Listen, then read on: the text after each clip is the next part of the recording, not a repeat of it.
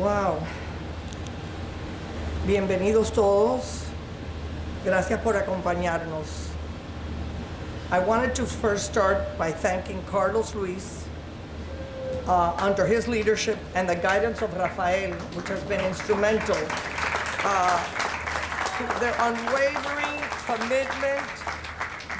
unwavering commitment and drive by this board to get this project going and has been under your leadership. I never envisioned, and I'm very thrilled today to be a witness and be able to be part of that. So I'm thankful to God that He has put me at this point in my life here to be able to share this monumental moment with all of you that have really, I've seen you pick up your sleeves and really go for it and tell the association, you deserve this and a lot more to honor your bravery that you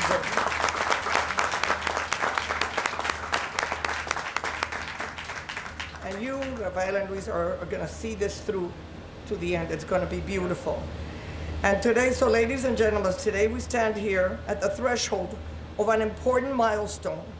We break ground for the museum that will commemorate the sacrifices of those who, like my father and mother, gave everything in the pursuit of liberty to save their country. They gave it all.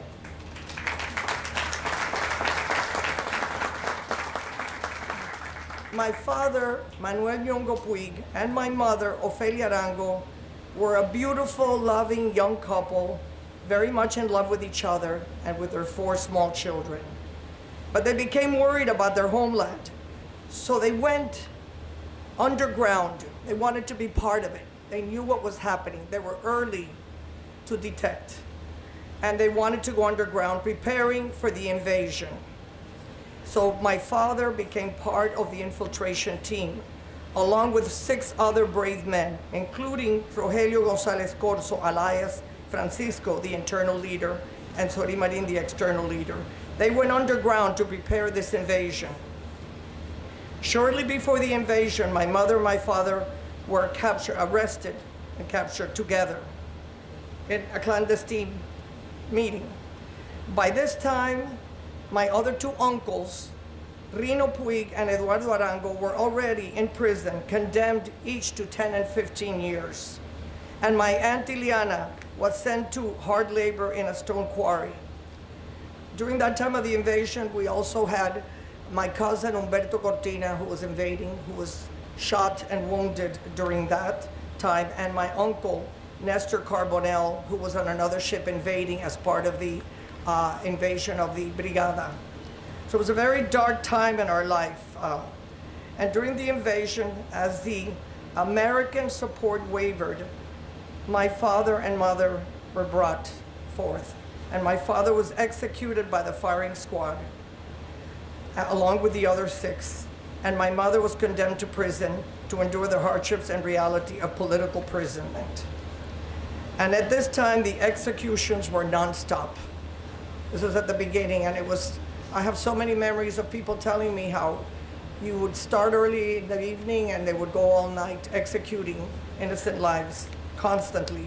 And a lot of them died, most of them, including my dad, died diciendo, "Viva Cristo Rey, viva Cuba Libre." That's how all of our men faced the firing squad. Viva Cristo Rey y viva Cuba Libre. There were some marked by their profound, we were all marked our lives by their profound commitment to freedom and justice. We grew up in luto. I can't say it in Spanish, it's a Spanish word. In mourning, we were all, because we had lost everything and had no men. They were all in prison or hurt or wounded or put away. So we grew up into my 20s. My family basically was in luto. And political prisoners finally started to come home. My family story, this is the truth though, my family is only one story of many, many. I appreciate Ninoska has a different story every week on her show because we cannot forget. So imagine, this is just one single story. We can all go on. Everybody sitting here, all of you have stories. I'm sitting here across the martyrs that lost their life, and the heroes that are alive with us today, that are still with us.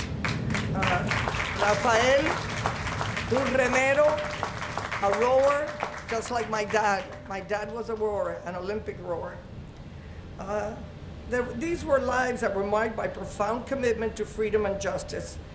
And my family story, like I said, is only one of those that will be represented here. This museum is important to make sure that their sacrifices were not in vain, for they have ignited the flame of hope and the pursuit of liberty in our hearts. Because I know how many times I ask myself, wow, what a price to pay, and how it ruined so many lives and changed so many things, and it was still in vain, but it isn't.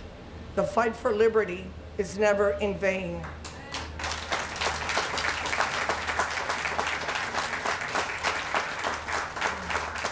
The museum will be a sanctuary of remembrance and a beacon of hope.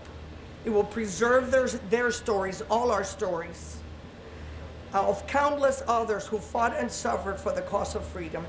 It will serve as a testament to the resiliency of the human spirit and a reminder that the struggle for liberty is a timeless and universal endeavor.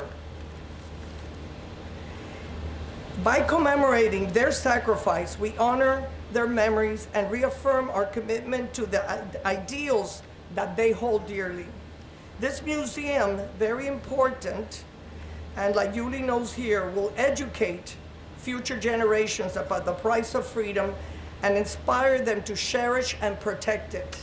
So there's much more to than just a gathering of the past and history telling the truth, but also to educate our future generations to never forget and to learn from this situation. The Bay of Pigs regrettably marked our lives and all Cubans forever, and solidified the communist dictatorship that controls Cuba and violates basic freedoms of its people to this day. Thank you to all of you for joining us in this significant moment. I know it's not easy, 10 o'clock on a Friday, but I have to say, despite the tragedies that we all endured, despite the Cuban tragedy, we were grateful for this country that took us in and preserved our values of faith, family, and justice. Thank you for joining us. Together we will ensure the legacy and courage and sacrifice that will never be forgotten. We can never let this legacy be forgotten. And as Ninoska has said so well, there is a huge responsibility on our generation. We are the last generation who lived it. And the truth must be told, and to create this legacy should be a priority for all of us. God bless this country and preserve our values of family, faith, and freedom. Thank you.